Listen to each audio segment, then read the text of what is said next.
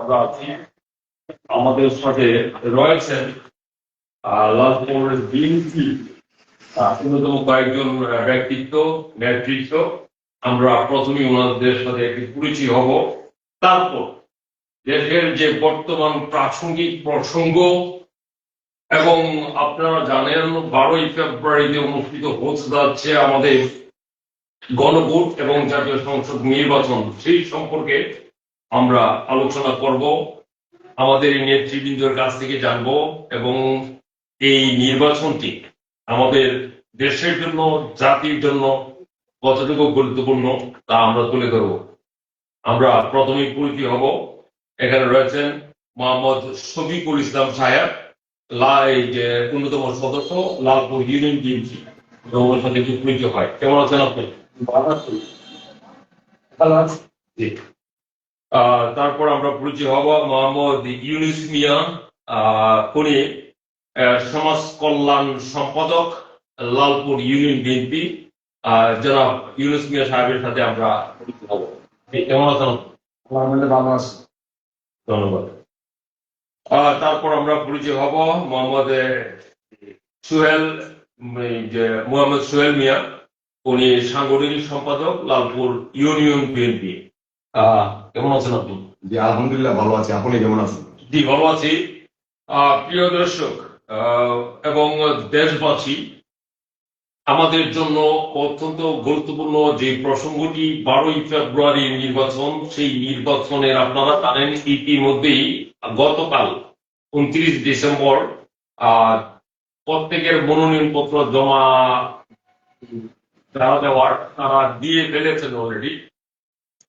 বর্তমান দেশের রাজনৈতিক অবস্থা আমাদের আলোচনার মধ্যে চলে আসবে। আর এই যে লালপুরে আমরা বসে আছি, এই স্থানটি সম্পর্কে আপনাদের একটু পরিচয় করিয়ে দেই। এটি হলো ব্রাহ্মণবাড়িয়া জেলার আশুগঞ্জ উপজেলাধীন একটি ঐতিহ্যবাহী এবং বাণিজ্যিক ইউনিয়ন লালপুর ইউনিয়ন। এই লালপুর ইউনিয়নের এই বাংলাদেশ জাতীয়তাবাদী দল বিএনপির কার্যালয়ে আমরা রয়েছি। আমরা প্রথমেই যে বিষয়টিকে গুরুত্ব দেব, যে 12ই ফেব্রুয়ারিতে যে নির্বাচন হবে, এই নির্বাচন হবে দুইটি অপশনের উপর ভিত্তি করে, দুইটি ভোট এখানে দিতে হবে প্রত্যেককে। দেশের প্রতিটি নাগরিককে দুইটি ভোট দিতে হবে। একটি ভোট হলো গণভোট। এই গণভোটটা কি, জনগণ এই গণভোট সম্পর্কে কতটুকু কি জানেন, আমাদের নির্বাচনের সাথে সংশ্লিষ্টরা এবং সরকার এই গণভোট এই দেশের জনগণকে কতটুকু বোঝাতে সক্ষম হয়েছেন এই পর্যন্ত, আমরা সেই সম্পর্কে জানবো। এর পরবর্তীতে আমরা আলোচনা করব আমাদের যে জাতীয় সংসদ নির্বাচন, বিভিন্ন দলীয় প্রার্থী হয়েছেন ওনাদের সম্পর্কে। আমরা প্রথমে এখন চলে যাব মোহাম্মদ শফিক সাহেবের কাছে। আমরা জানবো যে গণভোট সম্পর্কে ওনাদের কি ধারণা। ধরেন এবং আপনি বলেন। গণভোট বলতে না, কেন এটা নির্বাচন কমিশনের যদি আমাকে জানাই করতে আমি জানতাম। আমি তো এটা কিচ্ছুই বুঝি না। আচ্ছা,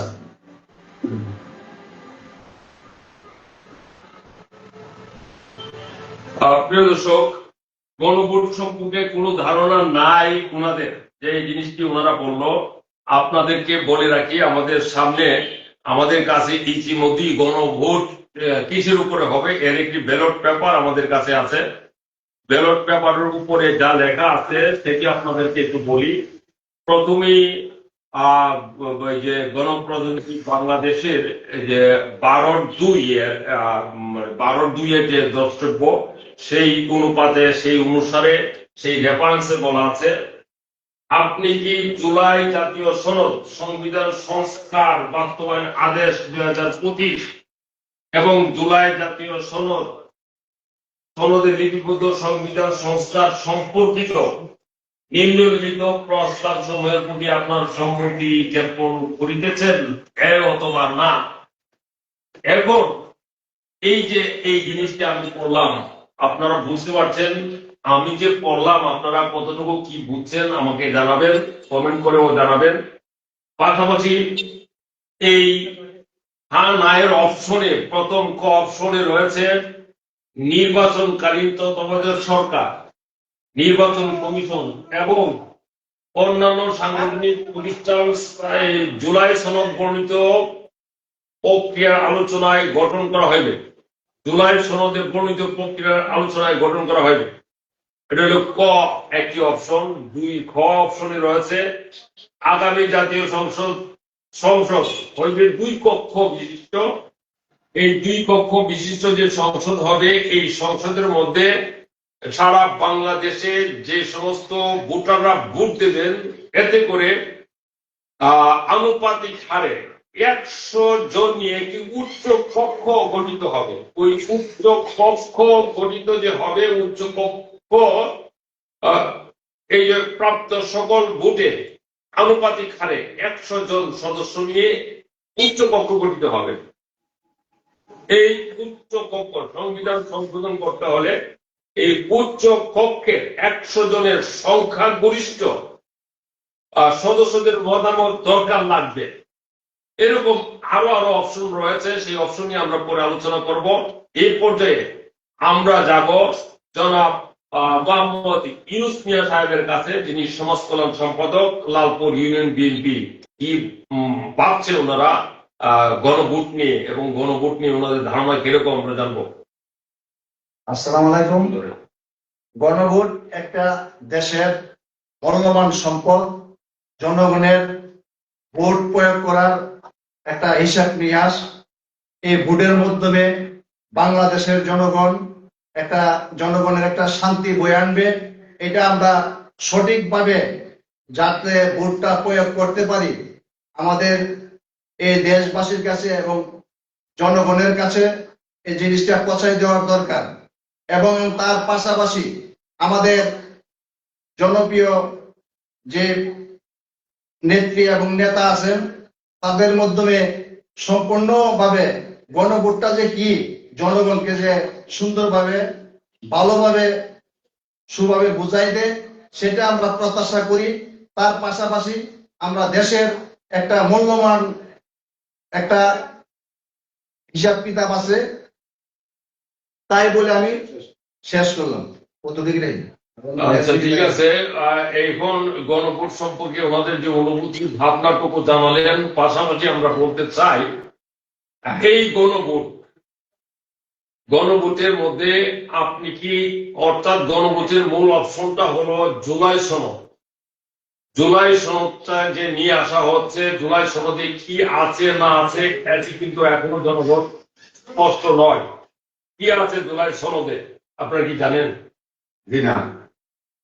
জুলাই সনদে কি আছে? এখানে গণভোটের মধ্যে প্রতিটি জায়গায় প্রতিটি ক্ষেত্রে বলা হয়েছে জুলাই সনদ, জাতীয় জুলাই সনদের মাধ্যমে সংবিধান সংস্কার, এই যে আদেশ 2025, এই অনুসারে এই 30টি অপশন পরিবর্তন করবে, বিভিন্ন ধরনের পদক্ষেপ নেবে।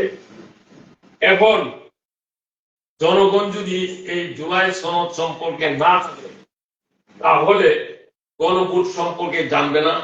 আর গণভোট সম্পর্কে যদি না জানে, তাহলে এই গণভোটটা তারা কিভাবে প্রয়োগ করবে?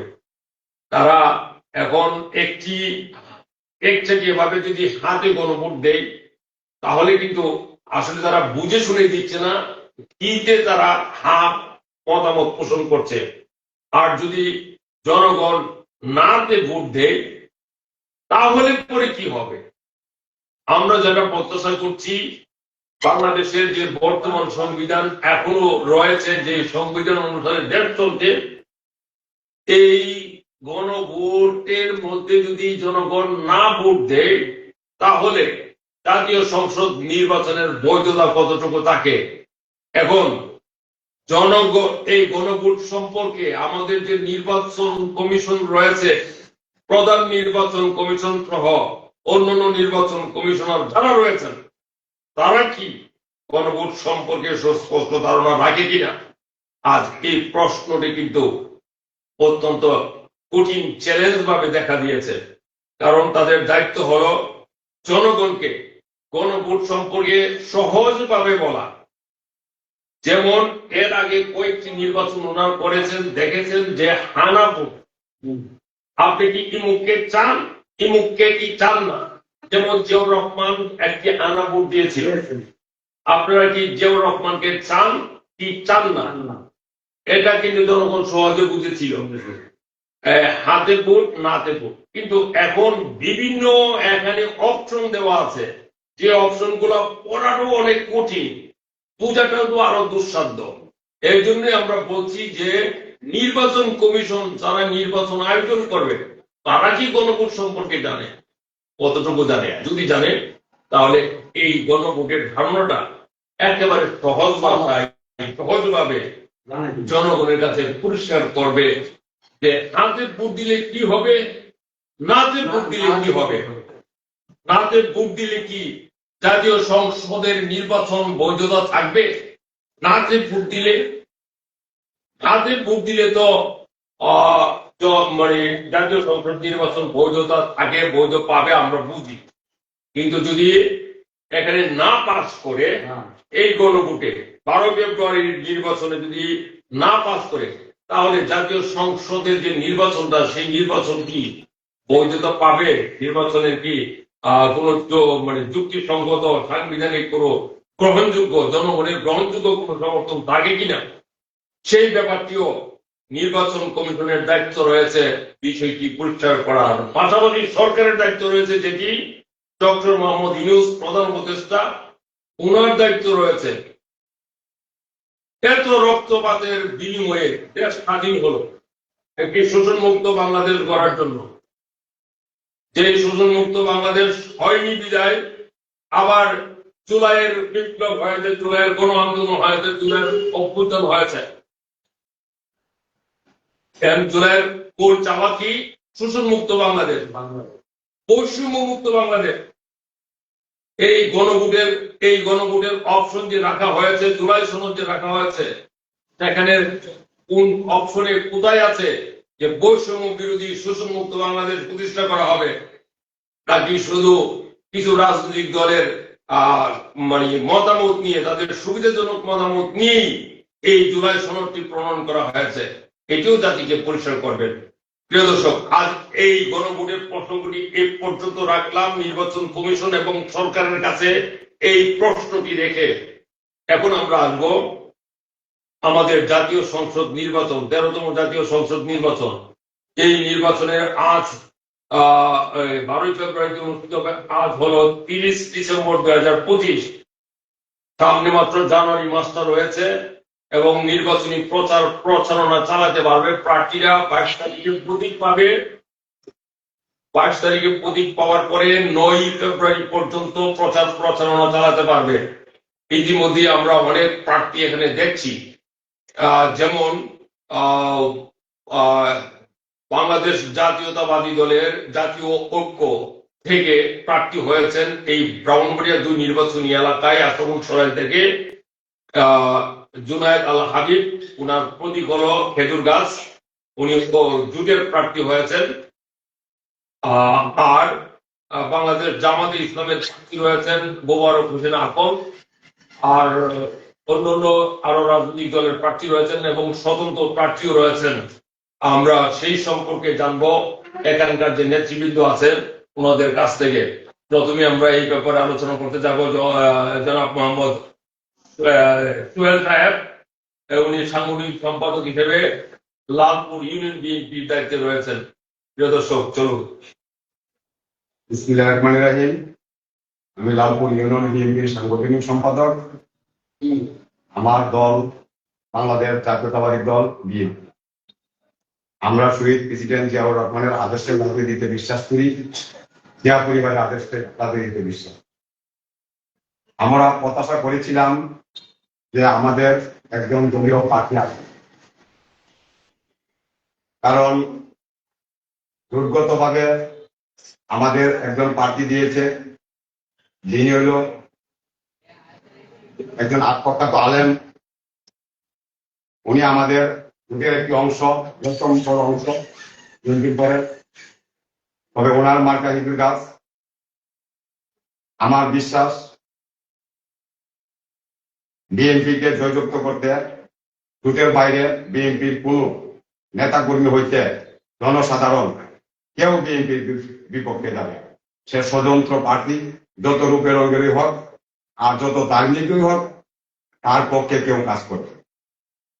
হ্যাঁ, তার পিছনে কিছু থাকবে যারা না বুঝে বা অন্য কোনো দলের থেকে বিএনপির নাম বাংলায় বিএনপি বলে চালাবে, কিন্তু এটা কোনোদিন অন্য দল থেকে আইসা বিএনপির নাম বাংলায় কেউ ফায়দা লুটতে পারবে না, সে যে হোক আর যার বলুন। আমরা দলের সিদ্ধান্তের বাইরে যাব না, জোটের সিদ্ধান্তের বাইরে যাব না, এই আশাবাদ রেখে আমি আমার আলোচনা শেষ করলাম। আসসালামু আলাইকুম। প্রিয় দর্শক, আমরা জনাব সোহেল সাহেবের কাছ থেকে অত্যন্ত সুন্দর সুস্পষ্ট বক্তব্য জানলাম। ক্লিয়ার স্পষ্ট বার্তা উনি দিয়েছেন যে ওনারা দলীয় শৃঙ্খলার বাইরে যাবেন না। ওনারা যে বাংলাদেশ জাতীয়তাবাদী দলের যে জাতীয় ঐক্য রয়েছে, এই ঐক্যের যে প্রার্থী উলামায়ে জমিয়তুল উলামায়ে ইসলাম, বাংলাদেশের অত্যন্ত পুরাতন ব্রিটিশ আমলে প্রতিষ্ঠিত একটি রাজনৈতিক দল। এটি সম্পর্কে একটু ধারণা আপনাদেরকে আমরা দিতে চাই, একটু অবগত করে রাখতে চাই। সেটি হলো, জমিয়তুল উলামায়ে ইসলাম প্রতিষ্ঠিত হয়েছিল ব্রিটিশ আমলে। তখন এটি প্রতিষ্ঠিত হয়েছিল ভারতে, পুরা ভারতবর্ষ যখন এক ছিল তখন জমিয়তুল উলামায়ে ইসলাম হিন্দ নামে সংগঠনটি প্রতিষ্ঠিত হয়েছিল। তারপর যখন 47 দেশ ভাগ হয়, তখন দুটি অংশে বিভক্ত হয়ে যায়। জমিয়তুল উলামায়ে ইসলাম পাকিস্তান, আরেকটি থাকে জমিয়তুল উলামায়ে ইসলাম হিন্দ, থাকে আরেকটি অংশ চলে আসে পাকিস্তান। কিন্তু 1971 সালে যখন আমাদের মহান মুক্তিযুদ্ধ অনুষ্ঠিত হয়, তখন জমিয়তুল উলামায়ে ইসলামের নেতৃবৃন্দ, এখানকার যে পূর্ব পাকিস্তানের নেতৃবৃন্দ ছিল, ওনাদেরকে বলেছে এই দেশ স্বাধীন হয়ে যাবে, পূর্ব পাকিস্তান বাংলাদেশ স্বাধীন হয়ে যাবে, কাজে আপনারা আপনাদের মতো করে স্বাধীনতার যুদ্ধ করেন, স্বাধীনতার প্রস্তুতি নেন এবং আপনারা আপনাদের মতো করে সুসংগঠিত ভাবে দলটিকে পরিচালিত করুন। আমরা পশ্চিম পাকিস্তানে আমাদের সাংগঠনিক কার্যক্রম পরিচালনা করছি, আমাদের যত সহযোগিতা আছে আপনাদের লাগবে, কিন্তু এই দেশ স্বাধীন হয়ে যাবে, আপনারা আপনাদের মতো কাজ করুন। এই জমিয়তুল উলামায়ে ইসলাম বাংলাদেশ তখন কার্যক্রম শুরু করে। এই জমিয়তুল উলামায়ে ইসলামের অনেক সংগঠন শাখা প্রশাখা হয়েছে, কিন্তু শেষ পর্যন্ত ঠিকই আছে জমিয়তুল উলামায়ে ইসলামের বর্তমান যে ধারাটি, এই ধারার একজন হলেন জুনায়েদ আল হাবিব। উনি এই ব্রাহ্মণবাড়িয়া 2 সরের আশুগঞ্জ থেকে বাংলাদেশ জাতীয়তাবাদী দলের যে জাতীয় ঐক্যের মনোনীত প্রার্থী হয়েছেন। এই হলো ওনার সম্পর্কে একটু সামান্য একটু পরিচিতি। প্রিয় দর্শক, আমরা পাশাপাশি যাব মোহাম্মদ ইউনুস সাহেবের কাছে, যিনি এই লালপুর ইউনিয়ন বিএনপির সমাজ কল্যাণ সম্পাদক। ওনার কাছ থেকে জানবো বর্তমান পরিস্থিতি সম্পর্কে। চলুন। আসসালামু আলাইকুম। আমি বহুদিন যাবত আমি আমার দলের নির্দেশের বাইরে যাব না। যে দল এই সিদ্ধান্ত নেয়, সিদ্ধান্তের মধ্যে আমরা থাকব এবং আশা করি আমরা খেজুর গাছ মার্কা ভোট দিয়ে জয়যুক্ত করবো। এই আমাদের আশা। প্রিয় দর্শক, আমরা মোহাম্মদ শফিক মিয়া সাহেবের কাছে, যিনি লালপুর ইউনিয়ন বিএনপি, উনার সাথে উনারও মতামত জানবো বর্তমান নির্বাচন এবং নির্বাচন কার্যক্রম সম্পর্কে। মতামত আমার দোষী বলে আমি তারেক জিয়ার মনে দলে আছি, থাকবো। এই আমার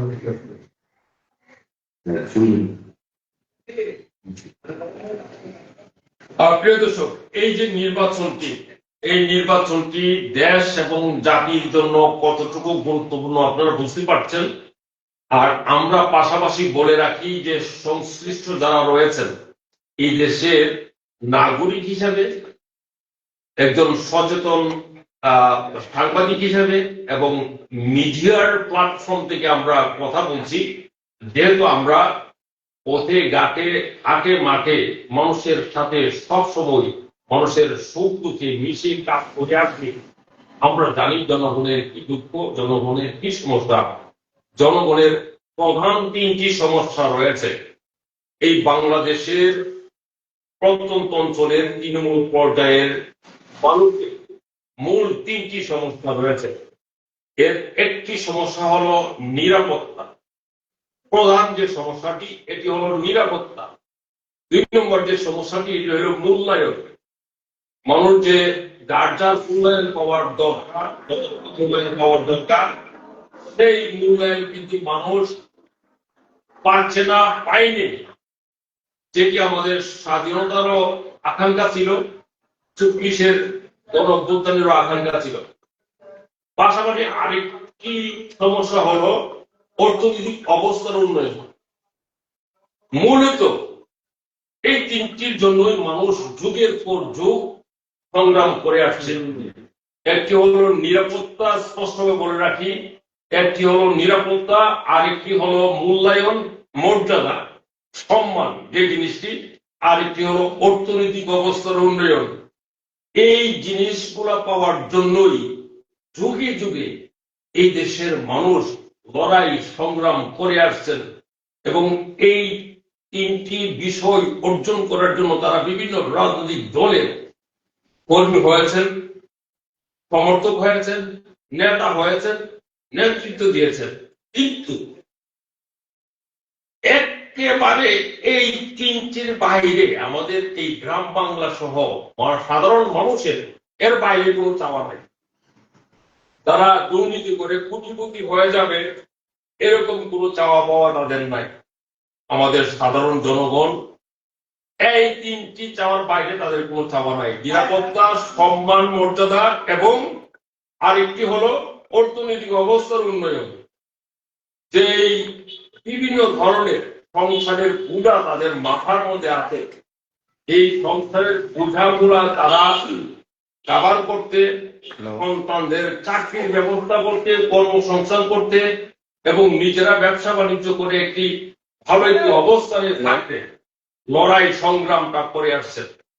এই লড়াই সংগ্রামটা করতে গিয়ে তারা বিভিন্ন সময় বিভিন্ন রাজনৈতিক দলের আদর্শে অনুপ্রাণিত হয়ে নেতা হয়েছেন, কর্মী হয়েছেন, সমর্থক হয়েছেন। কিন্তু দেখা গেল যুগের পর যুগ বিভিন্ন সরকারের পট পরিবর্তন হলে পরে যত রকমের মামলা, হামলা, নির্যাতন, শোষণ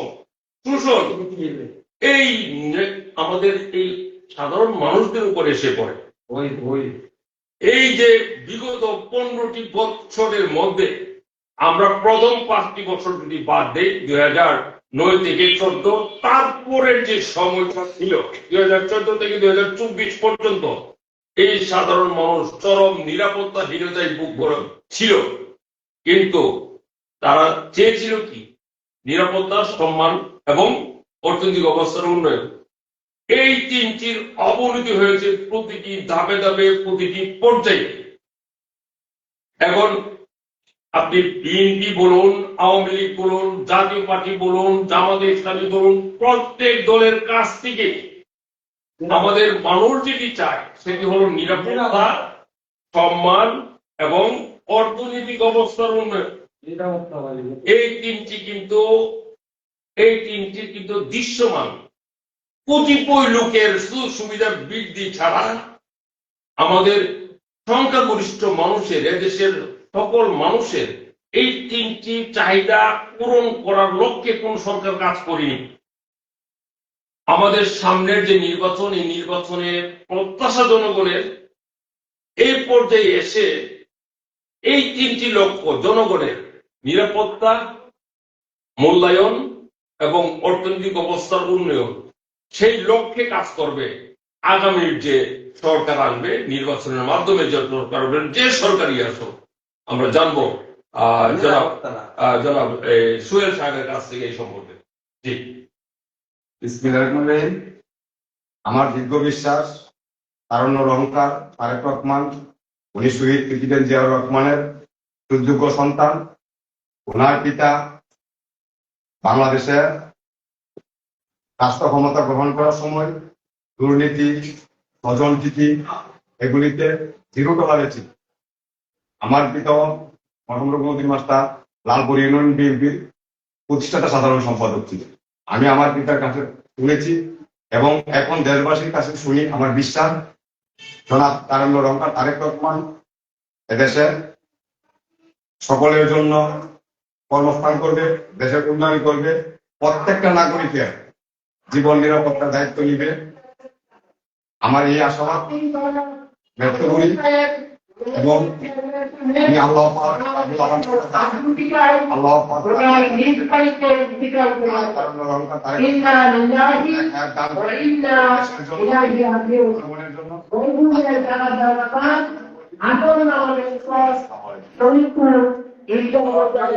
আরেকটি সংবাদ জানিয়ে আপনাদের আজকে এখানে এই অনুষ্ঠান বিশেষ করবো, সেটি হলো আপনারা জানেন ব্রাহ্মণবাড়িয়া জেলা তথা আশুগঞ্জ উপজেলা এবং অত্র এলাকার লালপুর সহ লালপুর, শরীফপুর, আড়াইশিটা সহ গোটা আশুগঞ্জ উপজেলা একজন মান্যগণ্য ব্যক্তি ছিলেন বীর মুক্তিযোদ্ধা জনাব লাল মিয়া মাস্টার।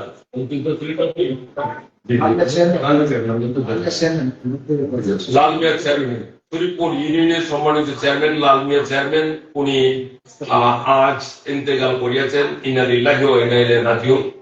আমরা ওনার সুখ সন্তপ্ত পরিবারের প্রতি সমবেদনা জ্ঞাপন করছি এবং ওনার রুহের আত্মার মাগফিরাত কামনা করছি। প্রিয় দর্শক, থাকুন আমাদের পাশে।